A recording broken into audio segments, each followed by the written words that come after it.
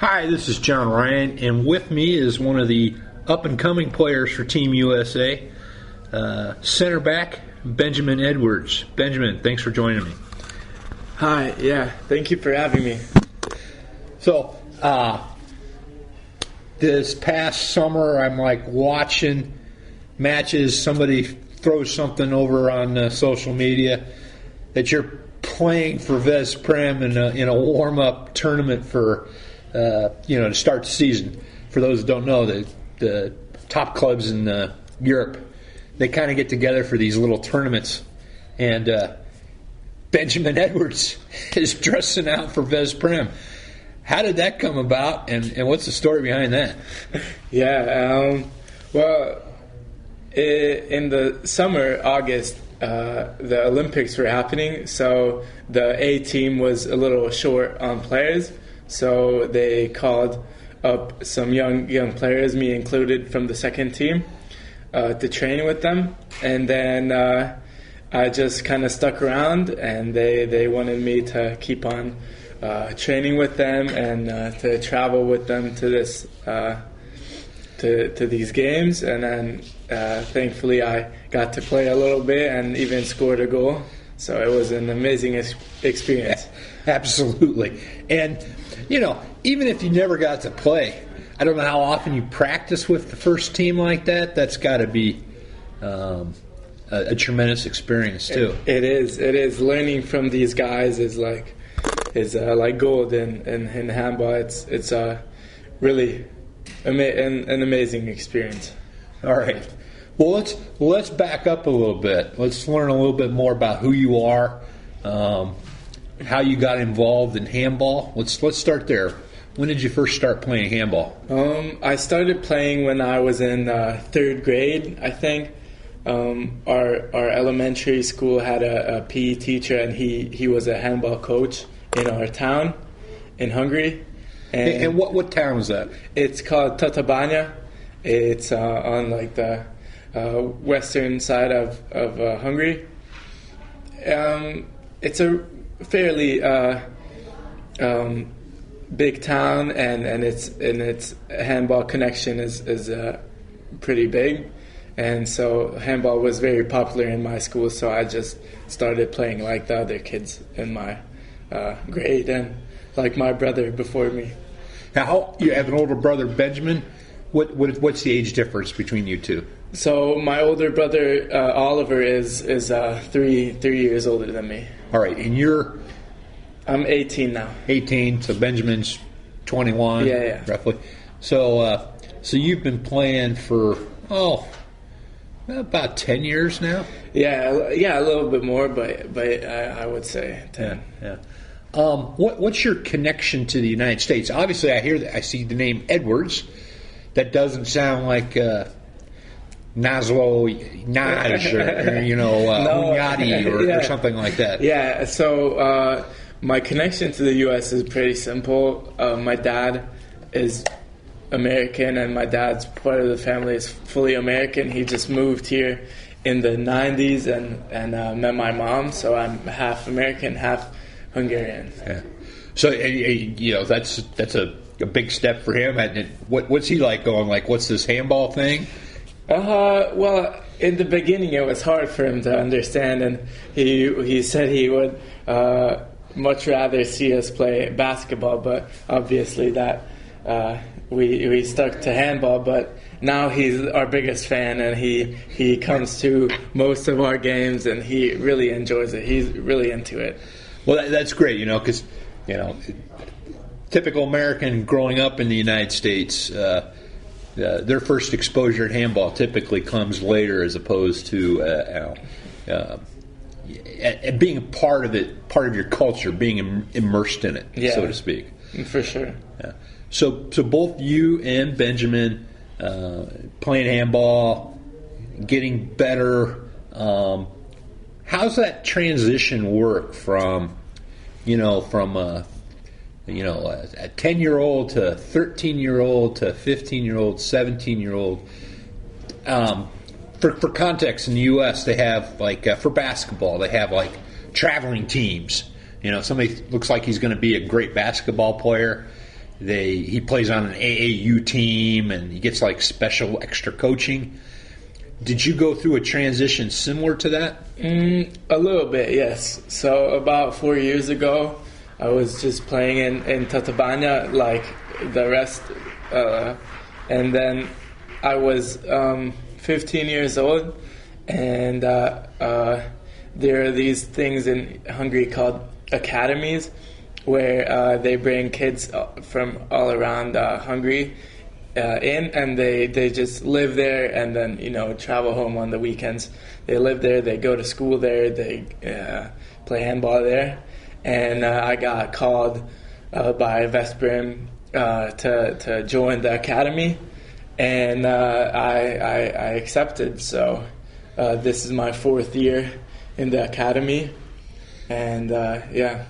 So how far is Veszprém from Tatabánya? It's about 1.5 hours by car, so all right. So it's not bad. That's not bad, but kind of sort of like a boarding school. You're going to school in Veszprém, and then you practice daily basis. Yeah, it's kind of like a boarding school, but you say it's not bad for me. It's really not bad because I had teammates who lived like 6-hour drive away, so I was one of the lucky ones, so to say. So you could go home on most weekends. I could go home most weekends. Yeah. All right, and you go. Does Veszprém have their own school, or do you just go to the local school in Veszprém? Well, there is like a partner school, so they just like allow you to miss more time of school. They allow you to go to games and miss school because of practice. So yeah, I'm going there, but it's also just a local school, but they're just partnered with the academy. Fair enough. So I'm also knowing enough about Hungarian handball organization, maybe be a little different, dangerous, I should say. There's another academy called like NEKA, N-E-K-A, and I got the impression that was more like a national academy.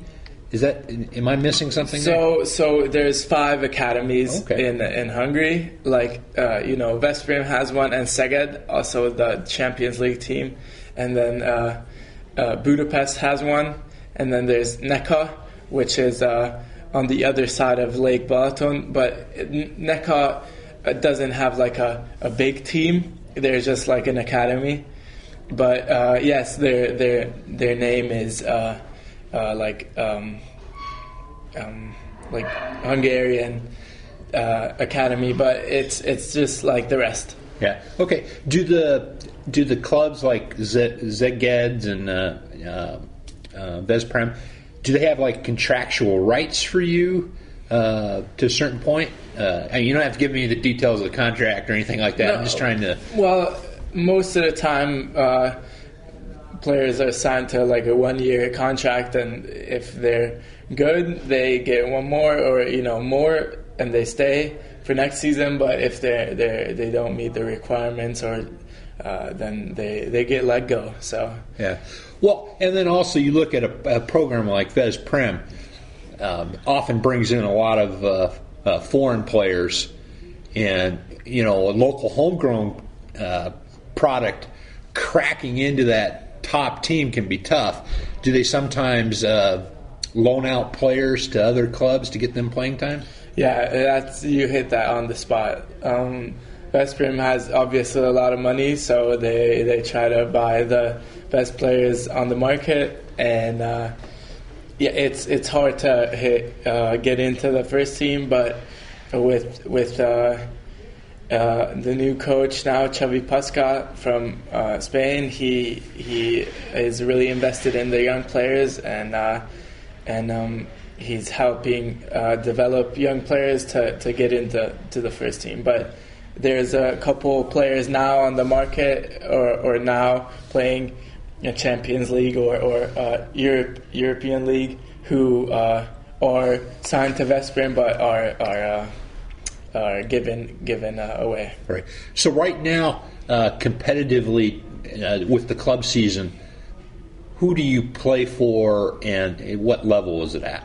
So I play for the academies oldest team, which is the Hungarian men's second league, and it's a second division, so it's kind of like a semi-pro league. And we have a really young team, a bunch of 18, 17-year-old guys, and we're about middle of the table. So I'm just guessing now. So you play some club teams that, so it might be, it's not in the first division, but they have a lot of players like in their 20s, maybe some guys even in their 30s, and your younger team taking them on. Yeah, of course. We play a lot of players who maybe played 10 plus years in the first division, and now they're just kind of like playing their last seasons of handball. So it's a great mix of veterans and young players. So it's up and coming players. Yeah, a little bit more physically strong versus some veterans, not quite as athletic as they used to be, but really knowing how to play. Yes. Okay. Let's talk a little bit about how you got involved with Team USA. When you were younger, did you follow USA Team Handball, or did you think, hey, I could play for the U.S.? How did that thought process go? So since the U.S. National team only kind of started being regular from after COVID 2021, I wasn't really looking out for them, but my brother Oliver, he was obviously older than me, so he applied and went to a training camp with them, and then I also wanted to do this, and it was a great opportunity for me. So yeah, I applied for a IHF trophy with the youth in Mexico, and I went, and I haven't looked back ever since. You played on the the U19, the U21, and the senior team. Yeah, that's a very unique experience. Getting a lot of game time in kind of a different situation than playing on your club team in Hungary. Yeah. It's I'm blessed to play for the U.S. and kind of have a leading role in the youth and junior national team, and it's just fun being with the seniors also to kind of learn and see how I'm doing, and it's been fun. I think it's great for you to get those different roles. You have a leadership role on one team, whereas with this team, you're learning. You probably see a future for you, but it's not quite there yet. But you're probably thinking in your mind, if I keep improving, I'll get my chance for more time. Yeah, for sure. It's like this, but it's sometimes frustrating at times. I have a very next step mindset. I want to go, and it's just hard sometimes to feel that I'm not there yet. I'm not on this level yet, but I'm trying my hardest, and I'm gonna work, and I'm gonna keep improving. So yeah. What's it been like integrating with a team with everybody's American? They're coming from different countries, and you guys all get together. What's it been like integrating as a team? It's been honestly very smooth, I think, with all the teams I've been on. I have made a ton of friends, and I love every single one of my U.S. teammates. And it's been really fun because you can find the connections and you meet people from way different cultures, way different backgrounds, and you get to talk to them. You get to experience sports with them. It's amazing. Yeah, it's a lot of differences, but that one commonality, being an American. I'm guessing for you, it's kind of an opportunity to connect with that side of you. I lived in France for 5 years. I had a couple daughters. one time she said, I heard her talk to somebody else, says, I'm not American, I'm French. And I'm like, hold on a second here. So a good opportunity to connect with your American side? Definitely. And you don't, in my everyday life, I rarely experience any kind of American connection, or I'm mostly Hungarian, speak Hungarian. I only talk to my dad in English, and it's just different, and it's really cool experience to like talk English every day and to communicate, and it's just like amazing. So USA has a lot of tournaments coming up this summer. I understand you could not participate in some of the qualifiers due to your club commitments for like the U19, U21. Will that change this summer? Or? Yeah, so International Handball works like they have national team weeks, which happen in November, January, March, May, and obviously the off season in summer. And this IHF trophy was scheduled on a non-international break, and I had a regular week in Veszprém. I had a game, and I tried to convince my team to let me go, but they didn't let me go, which is totally understandable. But it's kind of sad that they don't schedule this tournament on an international break where everyone gets an equal opportunity to participate. Yeah, and to be clear for any of our listeners out there, that's a pretty important distinction. There's actually a couple Japanese players that aren't here, but they certainly do not have the international week. That it's not an international week is the reason behind it. And most clubs, and I'm for sure Veszprém, very much honor international week and availability. So you definitely will play this summer then? For sure, yeah. And I can play both junior and youth, so we'll see how it goes. Well, they took care of business at both those tournaments. Obviously, you would have been somebody that there would have been a little extra juice, if you will, scoring-wise, but we took care of business. But, yeah, we're really going to need you, I think, this summer against tougher opposition than North America. Not that North America it's not as bad as some people think.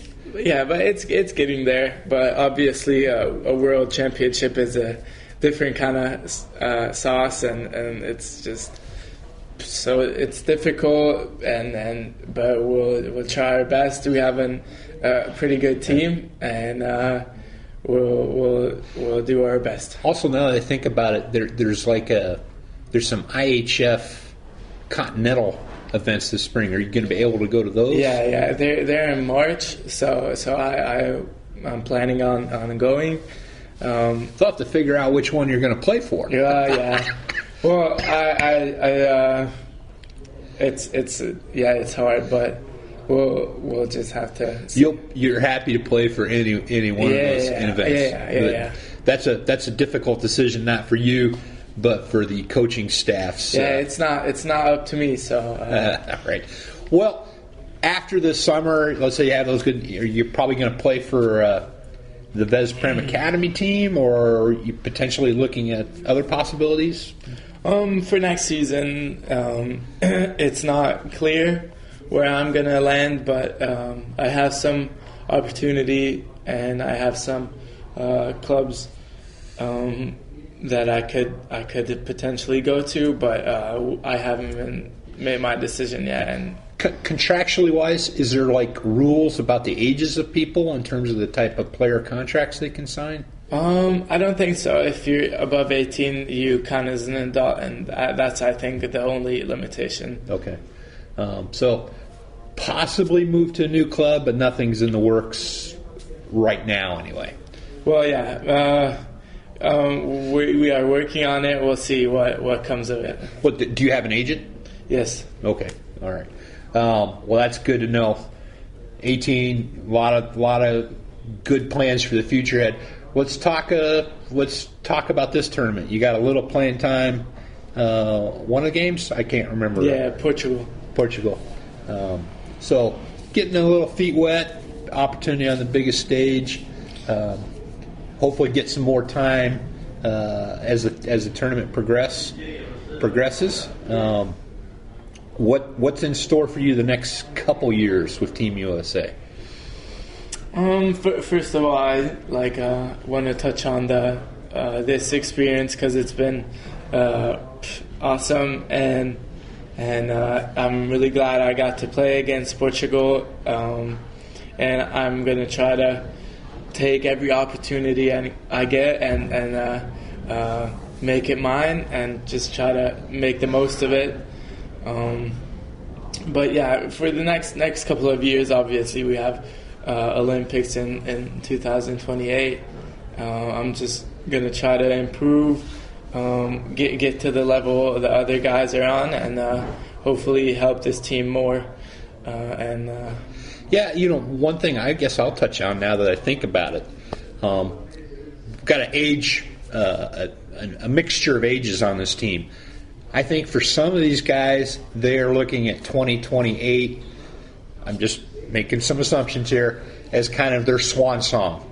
That'll be like their big thing with the national team, and we'll probably see some people age out.